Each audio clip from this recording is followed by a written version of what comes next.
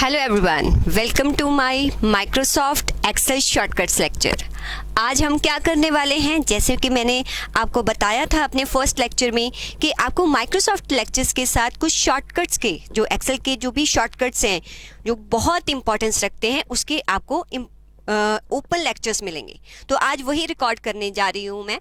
तो जो ये लेक्चर्स होंगे वो स्मॉल चंक्स में होंगे। ऐसा नहीं है कि एक लेक्चर में बहुत सारे शॉर्टकट्स मैं बता दूंगी। तो जिसलिए आप क्या करना कि उस लेक्चर्स को आप एक लेक्चर को देखना, उसका आप प्रैक्टिस करना, देन नेक्स्ट लेक्चर को देखना। तो ऐसे करके आपको सभी शॉर्टकट्स जो हैं वो लर्न हो जाएंगे, राइट। तो आज जो शॉर्टकट्स मैं आपको करवाने जा रही हूँ वो कंट्रोल के साथ करवाने जा रही हूँ। ABCDE, इसमें कुछ जो है मिस हैं, जो जैसे कि हमारा यहाँ पर कंट्रोल J नहीं होगा, कंट्रोल M नहीं होगा। जो 2 से 3 जो है अल्फ़ाबेट मिसिंग है, क्योंकि उससे कोई जो है शॉर्टकट होता नहीं है। बाकी सारे के सारे शॉर्टकट्स यहाँ पर लिखे हुए हैं और ये शीट आपको मिल जाएगी और इस पर आप इसको देखकर आप प्रैक्टिस भी कर सकते हो। चलिए स्टार्ट करते हैं, ज़्यादा बातें नहीं। सबसे पहले कंट्रोल ए के साथ क्या होता है, आप अपनी शीट में कहीं भी कर्सर रखेंगे, कंट्रोल A प्रेस करेंगे तो आपकी इंटायर शीट सेलेक्ट हो जाएगी। लेकिन अगर आपने किसी टेबल में अपने कर्सर को रखा है, जैसे ये एक मेरा डेटा है, डेटा में हमने कर्सर को रखा, मैंने कंट्रोल A प्रेस किया तो वो टेबल ही सिलेक्ट होगा। ऐसे ही अगर मैं इस वाली टेबल में अपना कर्सर रखती हूँ और कंट्रोल A प्रेस करती हूँ तो आपका यही वाला टेबल जो है सिलेक्ट होगा। देखिए यहाँ से मैंने ये किया तो वो क्या कर रहा है, वो इसको भी साथ में मान रहा है, इस टेबल और इस टेबल को साथ में मान रहा है, इस 2 टेबल्स को वो साथ में ही सिलेक्ट कर रहा है। और अगर आप अगेन कंट्रोल A प्रेस करेंगे तो इंटायर शीट आपकी सिलेक्ट हो जाएगी। देखिए अगर मैं बाहर रखती हूँ कर्सर, कंट्रोल A, सारी शीट सिलेक्ट हो जाएगी। इस डेटा में रखती हूँ, कंट्रोल A करती हूँ तो इतना ही है, क्योंकि इसको मैंने पहले टेबल बनाया था। तो ये इस टेबल को और इस टेबल को दोनों को सिलेक्ट कर रहा है। आप बाहर कहीं कर्सर रखेंगे, कंट्रोल A करेंगे तो इंटायर शीट आपकी सिलेक्ट हो जाएगी।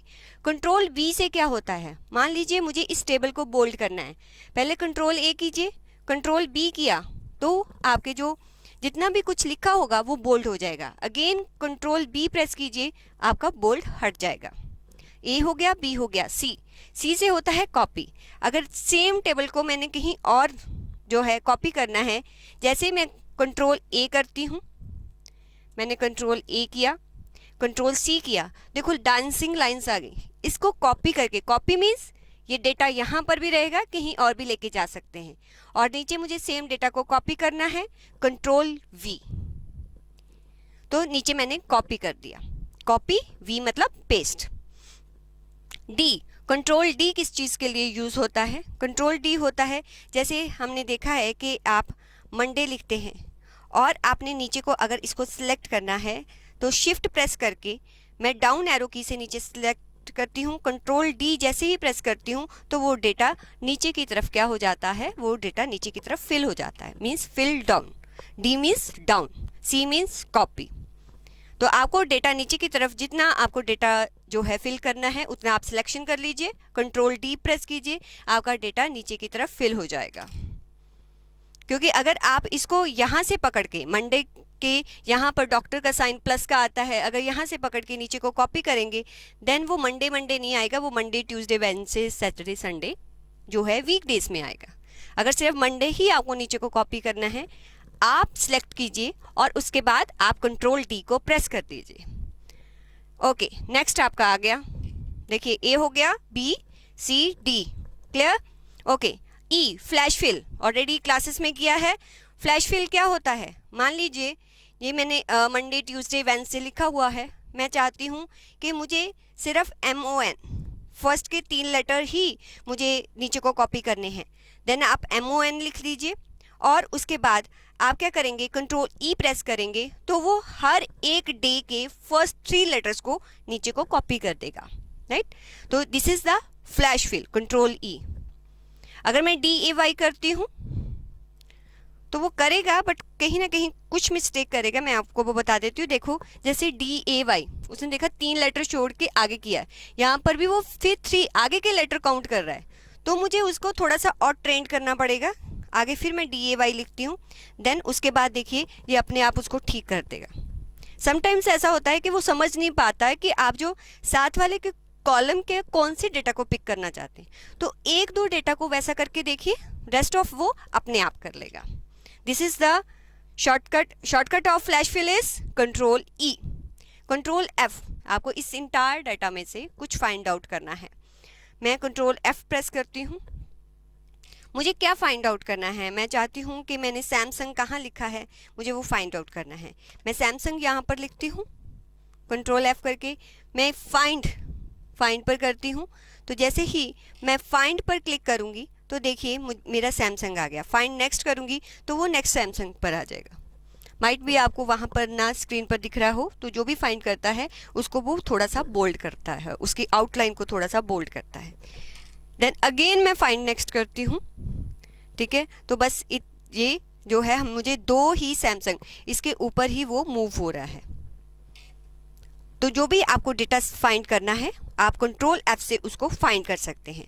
अब कंट्रोल जी के साथ नहीं, मैं कंट्रोल एच साथ में ही करवा देती हूँ।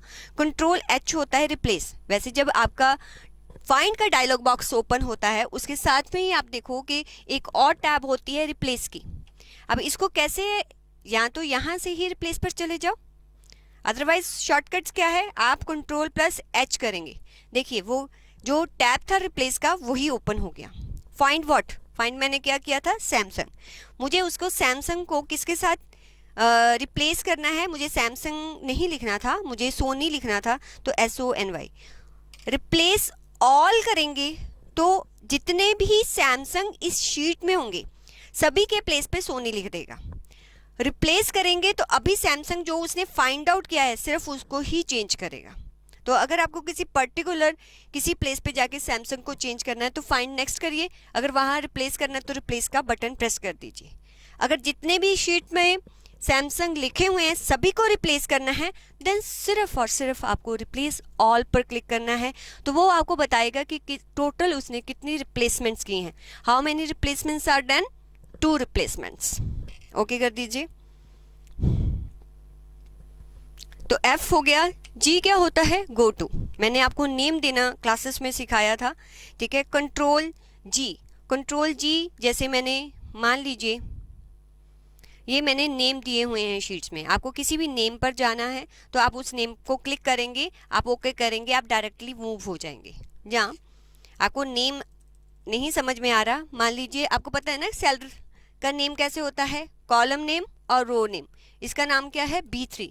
मुझे B46 पर जाना है तो मैं यहाँ पर रेफरेंस में क्या लिखूंगी, B46।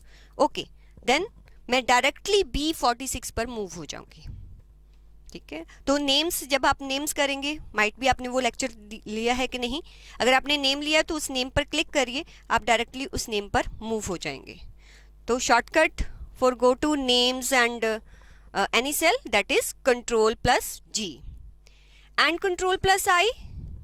ये किस चीज़ के लिए होता है, जैसे मैंने इसको इंटायर डेटा को सिलेक्ट किया, इस पूरे टेबल को, कंट्रोल I थोड़ा सा टिल्ट से हो जाएंगे आपके जो भी आपने लिखा है वो फॉन्ट्स आपके थोड़े से टिल्ट हो जाएंगे, that is control I। Control I again करेंगे तो वो अगेन स्ट्रेट हो जाएंगे। कंट्रोल A, मान लीजिए यहाँ पर आप किसी साइट का जो है वो लिंक देना चाहते हैं, आप गूगल की साइट का लिंक देना चाहते हैं या किसी एजुकेशन साइट का लिंक देना चाहते हैं। तो आपने लिख लिया और लिंक के लिए आप उस जो भी आपने यहाँ पर लिखा हुआ है उस पर आइए, कंट्रोल K प्रेस कीजिए तो आपके सामने ये खुल जाएगा। साइट का लिंक देना चाहते हो, फाइल का लिंक देना चाहते हो, जैसे हमने क्लासेस में किया ही है।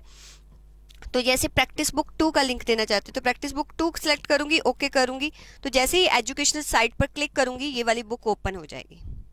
अगर साइट का देना है तो यहाँ पर साइट का कंप्लीट नेम जो है वो यहाँ पर आप लिख सकते हैं, ठीक है। जैसे आप COC एजुकेशन का लिंक देना चाहते हैं तो COC education.edu आपने लिंक दे दिया। ऐसे आप किसी भी साइट का यहाँ पर मैंने क्लिक करूँगी तो साइट ओपन हो जाएगी। अभी मैं नेट से कनेक्टेड नहीं हूँ तो ये साइट नहीं ओपन हो रही है। तो control plus K for hyperlink, control plus A select all, B bold, C copy, D down fill, E flash fill साथ साथ में करना है, F find, G go to, H replace, I italic, J आया नहीं आया, तो मैंने पहले बोला था कंट्रोल प्लस J इसमें नहीं है, और control plus K is for yes hyperlink. चलिए आगे चलते हैं। कंट्रोल प्लस L, देखो जो भी आपने डेटा ये बनाया है, अगर आप इसको टेबल की फॉर्म में कन्वर्ट करना चाहते हो, ये अब मैंने आपको बताया था कि हम किसी टेबल को किसी भी डेटा को टेबल की फॉर्म में क्यों कन्वर्ट करते हैं। रीज़न बीइंग, अगर मुझे इसके नीचे डेटा इंसर्ट करना है, जब आप अपना कर्सर यहाँ पर रखते हैं, आप टैब टैब प्रेस करते हैं, तो वो आगे को मूव हो जाता है। आप चाहते हो कि यहीं पर आए, तो आपको इस जो भी डेटा है इसको टेबल की फॉर्म में क्या करना पड़ेगा, कन्वर्ट करना पड़ेगा। तो आप इसको सिलेक्ट करेंगे, डेटा को सिलेक्ट किया आपने, आप कंट्रोल प्लस L प्रेस कीजिए, तो वो आपका डेटा सिलेक्ट कर लेगा। माई टेबल हैज़ हेडर्स, इसके हेडर्स हैं तो सिलेक्ट कर लीजिए, नहीं है तो आप अनटिक कर दीजिए। आफ्टर दैट आप ओके प्रेस करेंगे तो ये एक टेबल की फॉर्म में चेंज हो जाएगा। अब देखिए मैंने पैनासोनिक पर कर्सर रखा, मैं टैब टैब टैब प्रेस कर रही हूँ, टैब। जब मैंने अगेन टैब प्रेस किया वो नीचे आया, वो आगे नहीं गया। टेबल मीन्स वो उसको टेबल समझे और नीचे उसके डेटा इंसर्ट करने के लिए मेरा कर्सर मूव हो जाए।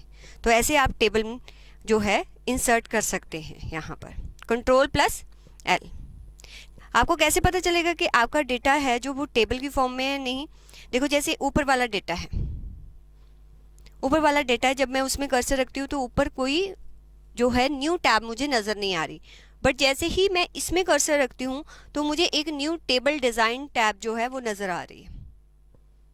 तो आप इसको दोबारा से कन्वर्ट टू रेंज करना है, मीन्स टेबल हटाना है, तो कन्वर्ट टू रेंज कर दीजिए, नॉर्मल रेंज में ये कन्वर्ट हो जाएगा। ठीक है, कंट्रोल प्लस L कर दीजिए या कंट्रोल प्लस T कर दीजिए, both are same. Control plus N, N मीन्स कोई न्यू वर्कबुक आपने ओपन करनी है। जैसे मैं कंट्रोल प्लस N करती हूँ तो यहाँ पर न्यू वर्कबुक मुझे नज़र आती है।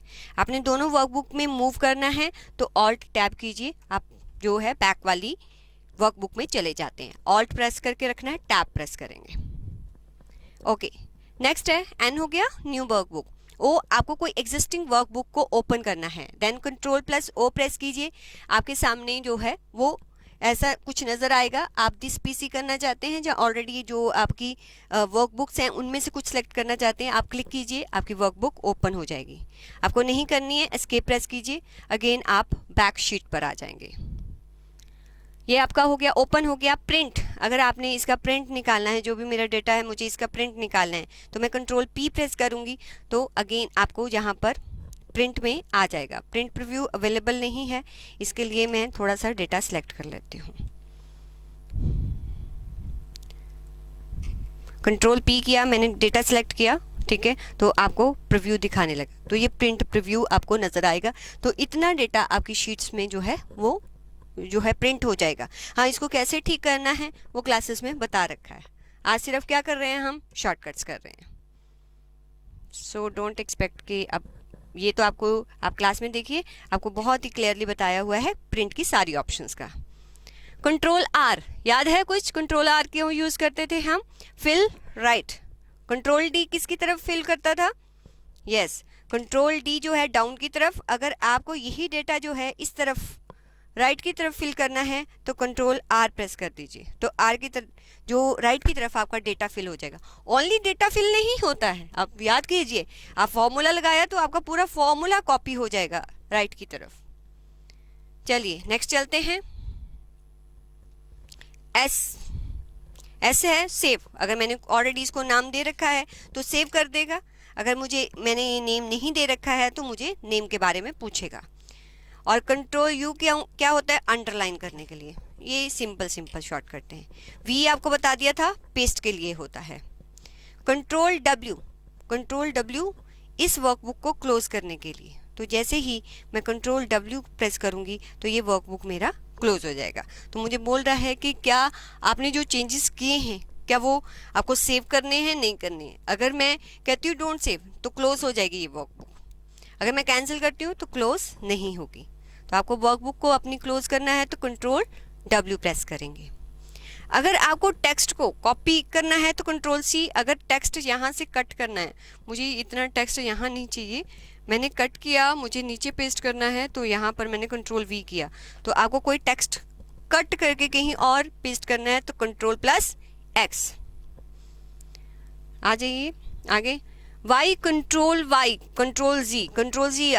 कंट्रोल जी होता है कि आपको ये वाला स्टेप, या जेड कर लो, कंट्रोल जेड होता है कि आपको ये वाला स्टेप नहीं करना था, यहाँ से कट नहीं करना था। कंट्रोल जेड, दोबारा से भी आ गया, ओहो करना था, वही करना था। कंट्रोल वाई, ठीक है। तो कंट्रोल जेड क्या करता है कि अगर आपने कोई गलती कर दी है, ठीक है, उसको सुधारना, दैट इज कंट्रोल जेड। आपको लगता है नहीं वो गलती करनी थी, वो गलती थी ही नहीं, ठीक ही तो किया था, तो control Y, right.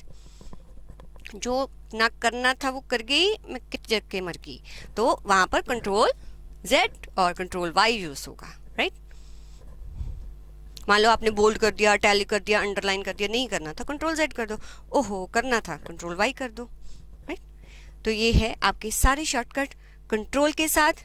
A select all, B bold, C copy, D down fill, E flash fill, F find, G go to, H replace, I italic, K hyperlink, L table insert करना, N new workbook, O open, P print, R right की तरफ fill होता है, S save के लिए, you किसके लिए होता है, अंडरलाइन के लिए, और वी होता है पेस्ट के लिए, एक्स होता है कट के लिए, वाई होता है रिपीट के लिए, और जेड होता है अनडू के लिए। आई होप आपको सारी शॉर्टकट्स आप याद करेंगे और इनको करके भी देखेंगे। चलिए अब नेक्स्ट शॉर्टकट्स जो हैं वो नेक्स्ट वीडियो में करेंगे, अभी पहले इतने करके देखिए।